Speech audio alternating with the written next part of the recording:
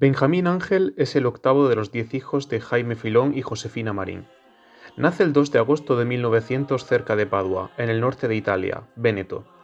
Su padre alimenta con creces a la familia, administrando el vasto territorio agrícola del barón Hugo Treves. Josefina es el alma de la casa situada en Balduina. Bajo su dirección piadosa y diligente, Benjamín crece apacible en un ambiente familiar animado. Siempre está dispuesto a ayudar, adaptándose a las voluntades de sus hermanos y hermanas. El joven se siente cautivado por las ceremonias religiosas a las que asiste en familia en la muy cercana iglesia parroquial. Admira a los sacerdotes y aprende muy pronto a ayudar en misa. En casa organiza una pequeña parroquia formada por los niños de los alrededores. Celebra su misa en un altar confeccionado por su hermano mayor Francisco, en el que los delantales de su madre constituyen los ornamentos litúrgicos. A falta de púlpito, dice el sermón subido en una silla. En el transcurso de exequias solemnes da sepultura a animales muertos. E incluso llega a casar, entre comillas, a compañeros de su edad, con seriedad y compromiso. Esos juegos infantiles son, en Benjamín, la prolongación de una vida interior que se expresa en la oración personal, en el recogimiento y en la asiduidad de ayudar al sacerdote en el altar. A los 10 años recibe el sacramento de la confirmación, tomando la primera comunión al año siguiente, según la costumbre de aquella época. En la escuela, sin embargo, el niño encuentra dificultades, pues le cuesta asimilar las lecciones y los resultados no acompañan. La maestra solo puede elogiar en el transcurso de los 3 años de etapa elemental en Balduina su puntualidad, disciplina y buena voluntad. Durante los 4 años siguientes asiste a clase en Lendinaria, en la vecina provincia de Rovigo. Su carácter reservado y solitario provoca enseguida que sea el blanco de los granujas del lugar, sobre todo por la rivalidad contra los de Padua. Un día en que, como raro lujo, Benjamín realiza sus trayectos en bicicleta, es objeto de acoso por 2 descerebrados envidiosos. Ahí va el conde de Padua, hagámosle la reverencia y tirémosle una piedra. El apacible niño es alcanzado en la cabeza, pero perdona a sus compañeros. Más de una vez volverá a casa herido. En Lendinaria, Benjamín ha encontrado un convento de capuchinos donde todo le atrae. Se siente hechizado por la amistad de los frailes, acogedores y sonrientes, por su hábito ceñido con la cuerda de 3 nudos, por el oficio cantado en la capilla. Desde el principio entra de lleno en esa casa religiosa. Además, sus padres ofrecen regularmente hospitalidad a los frailes mendicantes de viaje, y son numerosos los discípulos del Poverello, San Francisco de Asís, que han compartido la mesa familiar. Mediante el contacto con los frailes mendicantes descalzos, de barba florida y de pobreza gozosa y sencilla, la llamada de Dios se hace oír en el niño. Cuando habla de ello a sus padres, estos se alegran. Sin embargo, a causa de ciertas disputas que dividen a la parroquia, la entrada del joven en el seminario menor se aplaza varias veces. Finalmente, el párroco Carlos Trentin, un sacerdote de fuerte carácter, toma al muchacho bajo su protección y lo recomienda a los padres capuchinos. Mi joven feligrés siempre ha mostrado una conducta irreprochable. Es humilde, modesto, obediente, asiduo a la iglesia y ama las ceremonias religiosas. Ayuda en misa con un recogimiento realmente edificante. Es un maestro atento con los niños del catecismo. Cada día se acerca a la Santa Mesa y no ha tenido otro pensamiento que cumplir lo mejor posible con sus deberes en familia y con sus obligaciones religiosas. Por eso puedo afirmar que su vida ha sido siempre ejemplo más edificante de hijo piadoso, modesto, verdadero y profundamente cristiano. Así pues, el joven ingresa en el Seminario Menor Seráfico, la casa de formación de los futuros capuchinos de Rovigo, el 13 de octubre de 1917. Tiene 17 años y se halla rodeado de condiscípulos de 10 u 11 años, pero se integra bien y se amolda de buen grado a la disciplina. Un antiguo compañero, el padre Alberto de Dueville, dejó de él este retrato. Era reservado, muy tímido, quizás incluso algo melancólico, con capacidades más bien limitadas. Era de estatura normal pero de constitución frágil, y su físico era endeble. De su rostro, pálido, anémico, irradiaba siempre una amable dulzura. Su conversación, más bien escasa, era siempre tranquila, sencilla, breve, pero llena de sabiduría. Cuando muy raramente se le hacía un reproche, él guardaba la calma con una gran dignidad. En marzo de 1918 Benjamín es movilizado. Destinado al 68 Regimiento de Infantería estacionado en Milán, no duda en compartir sus raciones con los camaradas, no quejándose nunca. Cuando está de permiso se dirige a la casa parroquial más cercana para proponer sus servicios. Dejará el recuerdo de un joven piadoso, apacible, paciente y sonriente. Después de ser desmovilizado, en 1921 No tarda en retomar sus estudios en el seminario menor. El 28 de septiembre de 1922 toma el hábito marrón de capuchino en el convento de Bassano del Grappa, donde recibe el nombre de Fray Jaime de Balduina. Durante su año de noviciado se inicia en la vida conventual y en los oficios litúrgicos del coro, pero también en las tareas domésticas. Un día su maestro de novicios le dice sin ambajes: «Hijo, no estás hecho para ser religioso, pues no aprobarás en tus estudios. Eres demasiado tímido para hacer la colecta».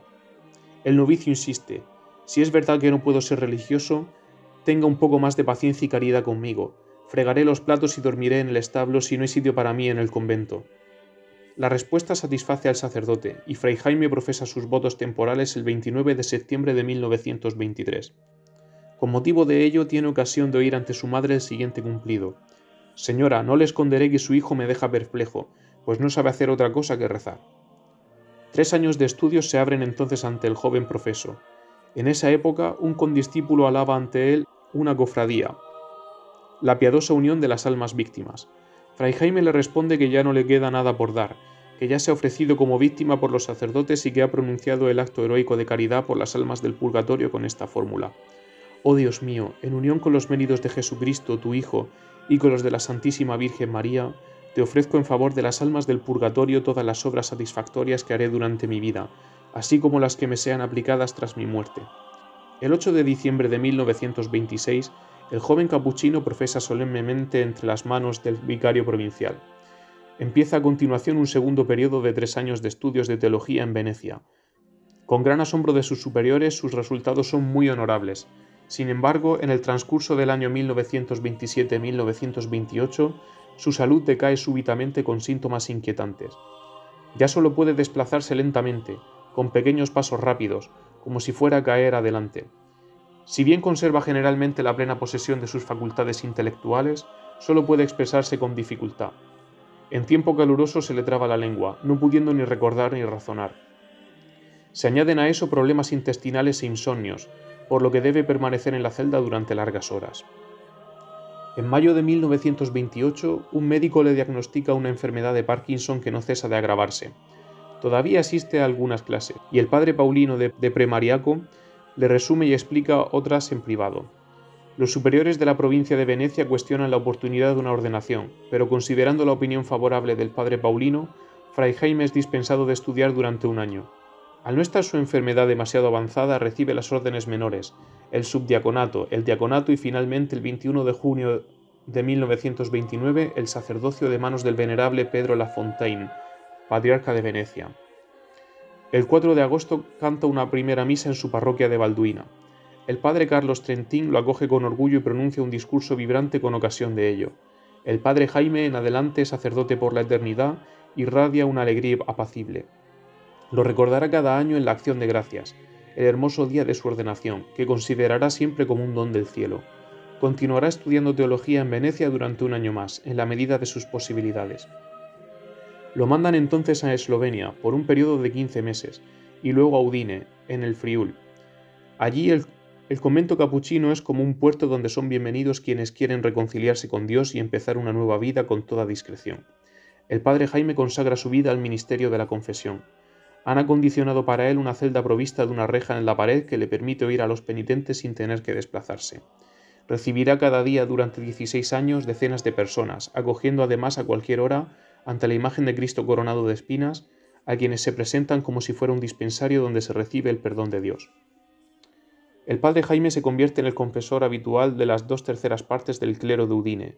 Se muestra siempre disponible para mejor reconfortar a sus penitentes, hasta el punto de interrumpir su comida o su siesta, a pesar de una inflamación cerebral que no lo abandona y que es como una losa para él. El obispo auxiliar de Udine, Monseñor Luis Cucutini, escribirá: «Fui durante años penitente del venerado padre Jaime. Siempre me acogió con corazón paterno y siempre me fui con el corazón reconfortado. Era parco en palabras, pero su rostro sonriente y su bondad paternal eran tales que imprimían en el corazón un alivio celestial».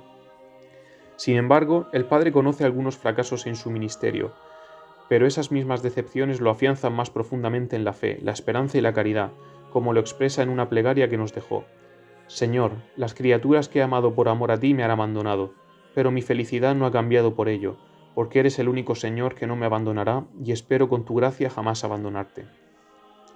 Un día mandan al padre Jaime a la consulta de un ilustre profesor de neuropatología que ejerce en Udine.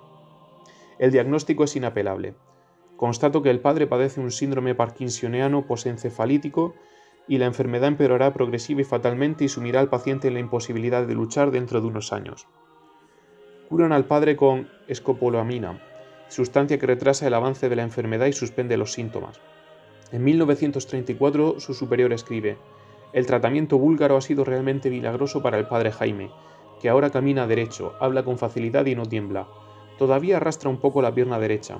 El tratamiento será largo. Hemos escrito a Bulgaria para los medicamentos». Tras declararse la Segunda Guerra Mundial, resulta casi imposible encontrar escopolamina. Entonces solicitan que el padre obtenga permiso para celebrar en su habitación y sentado la misa votiva de la Virgen. Las alertas aéreas lo aterrorizan. Cuando suenan las sirenas y todos acuden a los refugios, él se resguarda en la capilla junto al sagrario donde se siente seguro y puede recobrar la calma.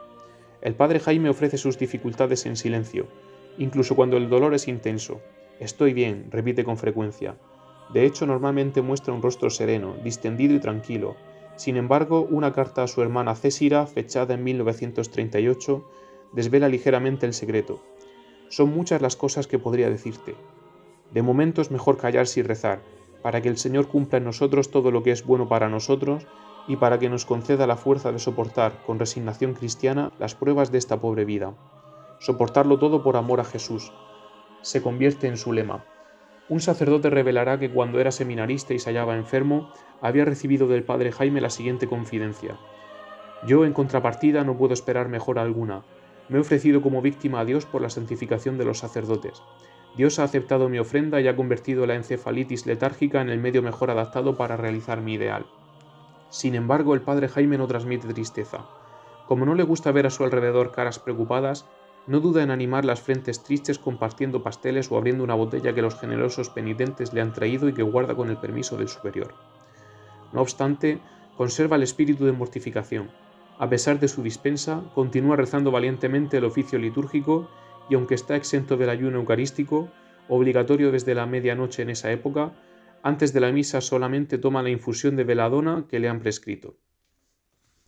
Desde 1941 había revelado a su hermana Césira una gracia recibida mientras rezaba por sus difuntos padres. «Pensé tanto en ellos que mi alma suspiraba ardientemente para que llegara el día en que pudiera reunirse con esos queridos padres en el paraíso donde nos esperan, cuando una voz me dijo: «Ánimo, pues tu exilio acabará pronto, porque el día en que puedas reunirte con tus queridos padres en el paraíso no está muy lejano».